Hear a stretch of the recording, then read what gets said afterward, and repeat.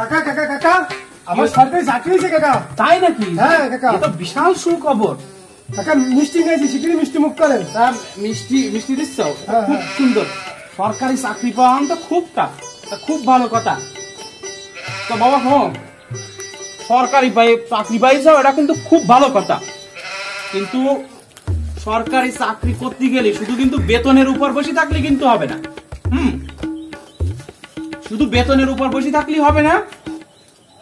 সরকারি চাকরি করতে গেলে একটু সুদ ঘুষ খাতে হবে। হ্যাঁ, মানে একটু উপরি ইনকাম করতে হবে। টানা করলি বলে জীবন চলতে পারবে না। লক্ষ লক্ষ টাকা খরচ করে চাকরি পাই যাও, বুঝতে পারছি। তা সরকারি চাকরি করতে গেলে শুধু বেতনের উপর বসে থাকলে হবে না। আমারে দেখো, এই দেখো গাড়ি, আমি 2 বছর চাকরি করি পারিনি, 2 বছরে গাড়ি কিনেছি। ওই উত্তর কোনায় হচ্ছে 5 তলা একটা বাড়ি করতেছি। আর ওই বিলে হচ্ছে তোমার 10 বিঘি জমি কিনেছি। হ্যাঁ, এগুলো কিন্তু তোমারও করতে হবে ভাইপো, এগুলো অবশ্যই করা লাগবে কিন্তু। তা ভাইপো তুমি যেন কৃষি চাকরি পাইছো, দুধের পরিচালক।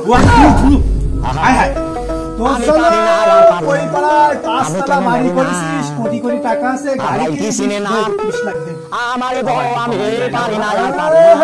আমি তো তোর কাছ থেকে শিখেছি, দে 20 লাখ দে। না বাবা, একটু কমাও বাবা। বাবা কোনো 5 লাখ 10 লাখ কোনো কম নেই, 20 লাখ।